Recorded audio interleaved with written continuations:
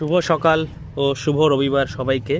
আজকে আমরা এই সমস্ত গাছে একটু একটু সার দিয়ে দেবো, যেটা এই বছরের সার দেওয়া বা গাছের ড্রাগন গাছের খাবারের শেষ সময় হবে।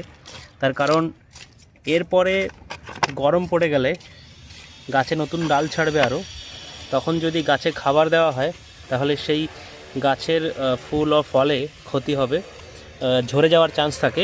তার জন্য গাছে যে খাবার দেওয়ার যেটা সময়, সেটা ফেব্রুয়ারি মাসই ধরে নিতে হবে শেষ এই বছরের মতন, বা বর্ষার শেষে আবার খাবার দেওয়া যাবে। কিন্তু এখন যেটা হবে এই খাবারটাই যেটা চলবে মোটামুটি পুরো বর্ষাটা। তো তার জন্য ফেব্রুয়ারি মাসে যে খাবারটা দেওয়া হবে সেটা কি কি দিতে হবে এবং কি পরিমাণে দিতে হবে, তার জন্য সঙ্গে থাকুন। এইভাবে গাছের চার সাইডটা একটু খুঁড়ে নিতে হবে, তারপরে মাটির সাথে যে দেখতে হবে যাতে গাছের একদম শেকড়টা কেটে না যায়। সাইড থেকে একটু দূর থেকে গাছটাকে ভালো করে মাটিগুলোকে খুঁড়ে দিয়ে তারপরে খাবারটা এই চার সাইড দিয়ে দিতে হবে।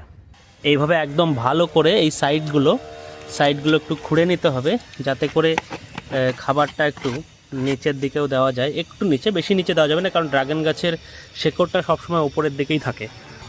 এই ট্রেটাতে খাবার দেওয়ার কোনো দরকার নেই, কারণ হচ্ছে এটাতে আমরা বাড়িতেই কম্পোস্ট বানিয়েছিলাম।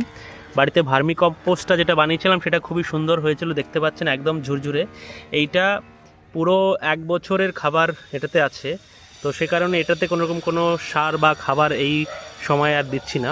তবে এইগুলো যেটা আছে আগে লাগানো হয়েছিল গাছ, যেটাতে গাছের গ্রোথ খুব সুন্দর আছে, কিন্তু এইটাকে বজায় রাখতে গেলে এখন যদি কোনো খাবার না দেওয়া হয় তাহলে আবার গাছগুলোর গ্রোথটা বন্ধ হয়ে যাবে।